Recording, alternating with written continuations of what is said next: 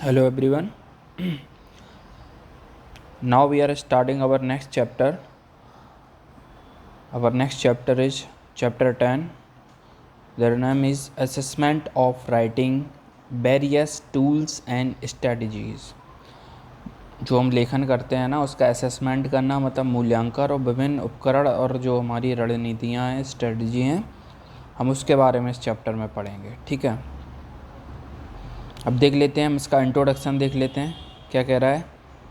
Writing assessment is a crucial component of language education. देखिए जो writing assessment है वो बहुत ही क्रूशियल कंपोनेंट है लैंग्वेज एजुकेशन का। Writing reflects learners understanding, thinking ability, language use and creativity. तो जो राइटिंग होती है वो लर्नर की क्या रिफ्लेक्ट करती है, उसकी अंडरस्टैंडिंग को, है ना, उसकी थिंकिंग एबिलिटी को, उसके लैंग्वेज यूज को, है ना, और क्रिएटिविटी को। ठीक है, देयरफॉर इसीलिए assessment of writing should focus on meaning. इसीलिए जो राइटिंग का असेसमेंट है वो किस पे फोकस होना चाहिए, मीनिंग पर, ऑर्गेनाइजेशन ऑफ आइडियाज़, आइडिया के ऑर्गेनाइजेशन पर, clarity of expression, expression clarity पर, एंड अप्रोप्रिएटनेस ऑफ लैंग्वेज, और लैंग्वेज के अप्रोप्रिएटनेस पे, rather than only on spelling और ग्रामेटिकल एक्यूरेसी, ना कि सिर्फ स्पेलिंग और ग्रामेटिकल एक्यूरेसी पर, है ना। In language second language classroom में writing assessment should be learner friendly. जो राइटिंग असेसमेंट है वो कैसा होना चाहिए, लर्नर फ्रेंडली होना चाहिए, कंटिन्यूस होना चाहिए और सपोर्टिव होना चाहिए। It should help learners improve their writing skills. ये कैसे हेल्प करेगा, मतलब कैसे इसका हेल्प, मतलब उसमें हेल्प करना चाहिए किसमें, राइटिंग स्किल्स में। And help teacher understand learners strength and areas of for improvement. और टीचर को अंडरस्टैंड करने के लिए जो लर्नर है उसकी स्ट्रेंथ और कहाँ पर उसकी कमी है उसको समझने के लिए। This chapter explain the concept of writing assessment. ये चैप्टर हमें बताता है कंसेप्ट किसका, राइटिंग असेसमेंट का। Different aspect of writing to be assessed, various tools and strategies, grammar in context। ठीक है, कई सारे टूल्स, स्ट्रेटजी, ग्रामर इस कॉन्टेक्स्ट में। And development of worksheet, assessment item and question papers. और किसके लिए, जो वर्कशीट का डेवलपमेंट के लिए, असेसमेंट आइटम्स के लिए और क्वेश्चन पेपर के लिए। ठीक है, स्क्रीनशॉट ले लीजिएगा इसका। अब देखिए इसका सेकेंड पॉइंट क्या कह रहा है, इसको समझ लेते हैं। Meaning of writing assessment. Writing assessment refer to the systematic education of learners. जो देखिए राइटिंग असेसमेंट है वो क्या बताता है, सिस्टमेटिक एवोल्यूशन ऑफ लर्नर ना, लर्नर के एवोल्यूशन को बताता है। Written work to understand how effectively they express ideas in written form. और क्या बताता है, अंडरस्टैंड करने के लिए कि कैसे इफेक्टिवली वो एक्सप्रेस कर रहे हैं आइडिया रिटन फॉर्म में। It involves analysing content.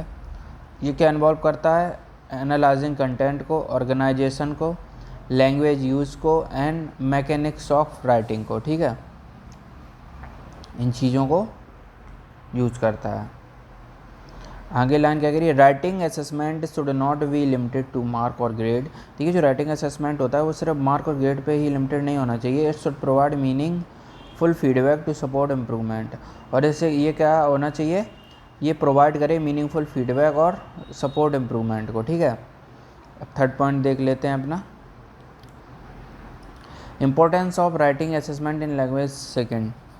Assessing writing in language second is important because writing is often the most challenging skill for learners। देखिए जो लैंग्वेज सेकेंड में असेसिंग है ना राइटिंग, वो बहुत इंपॉर्टेंट क्यों है, क्योंकि जो मोस्ट चैलेंजिंग स्किल होती है लर्नर के लिए, है ना, उसको समझने के लिए। Assessment help teachers identify difficulties. जो असेसमेंट होता है वो टीचर की हेल्प करता है कठिनाइयों को समझने के लिए, एंड प्लान सुटेबल सपोर्ट, और उसको सपोर्ट करने के लिए वैसा ही प्लान बनाने के लिए। राइटिंग असेसमेंट्स हेल्प टू, ये किस किस में हेल्प करता है उसको समझ लेते हैं ज़रा। अंडरस्टैंड लर्नर्स थिंकिंग, लर्नर की थिंकिंग अंडरस्टैंड करने के लिए। Check language development, improve organisation and clarity, encourage creativity, provide focused feedback, है ना। तो यही 5 पॉइंटों में ये हेल्प करता है। अब देख लेते हैं नेक्स्ट पॉइंट, फोर्थ क्या कह रहा है, राइटिंग विथ अंडरस्टैंडिंग। ये कह रहा है writing with understanding means expressing ideas meaningfully rather than कॉपिंग और मेमोराइजिंग कंटेंट। देखिए जो राइटिंग विद अंडरस्टैंडिंग का मतलब क्या होता है, आइडियाज़ को मतलब एक्सप्रेस करना आइडिया को मीनिंगफुली, ना कि उसको कॉपी करना और मेमोराइज करना, ठीक है। Learner should demonstrate comprehension of the topic while writing. जो लर्नर होता है ना, उसे डेमोन्स्ट्रेट करना चाहिए कॉम्प्रिहेंशन को, comprehension of the topic while writing है ना, उसको कॉम्प्रिहेंस करना चाहिए ना कि लिख कर, ठीक है। Assessment should check whether learners, assessment क्या चेक करता है, वेदर लर्नर क्या अंडरस्टैंड द टॉपिक, क्या कह रहा है, अंडरस्टैंड द टॉपिक है ना, express ideas in their own word, खुद की भाषा में एक्सप्रेस करना idea, maintain relevance, relevance maintain करना, कन्वे मीनिंग क्लियरली, मीनिंग को क्लियरली कन्वे करना है ना। नीचे लाइन क्या कह रही है, writing without understanding has limited educational value. ठीक है, जो राइटिंग होती है ना बिना अंडरस्टैंडिंग के, वो क्या होता है, एक लिमिटेड एजुकेशन वैल्यू रखता है, ठीक है। ये फिफ्थ पॉइंट क्या कह रहा है, इसको समझ लेते हैं ज़रा। ऑर्गेनाइजिंग आइडियाज़ एंड राइटिंग है ना, राइटिंग में आइडिया ऑर्गेनाइज करना, organisation of idea is the key aspect of good writing. ठीक है, जो ऑर्गेनाइजेशन ऑफ आइडिया है ना, वो क्या होना चाहिए, की एस्पेक्ट ऑफ गुड राइटिंग होना चाहिए। Learner should be able to present ideas in a logical and coherent manner, और जो लर्नर होते हैं should able to present idea in logical और कॉम्प्रिहेंड मैनर है ना, उसको क्या लॉजिकल और कॉम्प्रिहेंड मैनर में प्रेजेंट करना चाहिए। Assessment of organisation should include, ये क्या क्या इंक्लूड करता है, clear beginning middle and end. ठीक है, जो बिगिनिंग होती है मिडिल एंड होता है उसको क्लियर करके बोलना, logical sequencing of ideas, use of connectors, connector use करना, एंड पैराग्राफिंग। ठीक है, अब ये क्या कह रहा है, teachers should assess organisation gradually according to learners level. Teacher को क्या एसेस करना चाहिए, ऑर्गेनाइजेशन को gradual according to learner level है ना, लर्नर के लेवल के हिसाब से।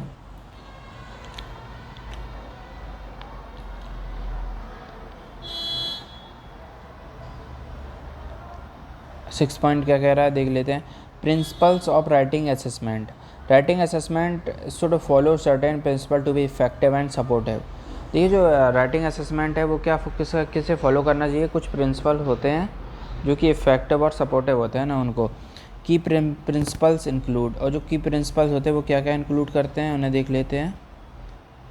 क्या कह रहा है, focus on meaning before accuracy, meaning पे फोकस करना, एक्यूरेसी से पहले ना। कंटिन्यूस फॉर्मेटिव असेसमेंट, और जो कंटिन्यूस होता है फॉर्मेटिव असेसमेंट उसको, यूज़ ऑफ मल्टीपल टास्क, कई टास्क को यूज़ करना, क्लियर क्राइटेरिया को, कंस्ट्रक्टिव फीडबैक को है ना।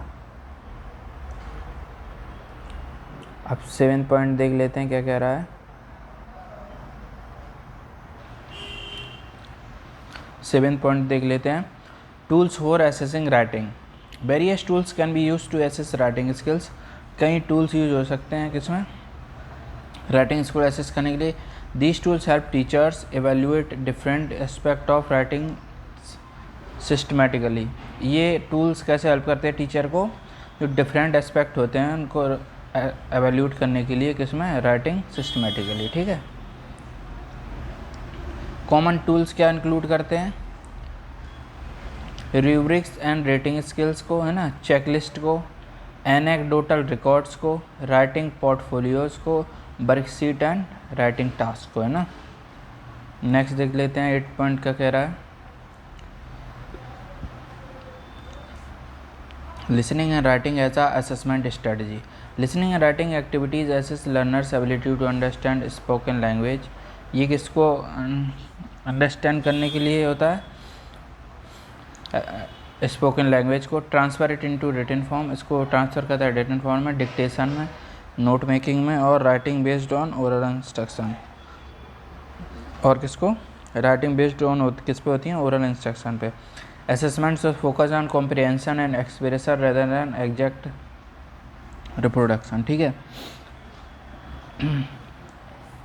असेसमेंट किस पे फोकस होना चाहिए? कॉम्प्रिहेंशन एक्सप्रेशन पे, ना कि एग्जैक्ट रिप्रोडक्शन पे।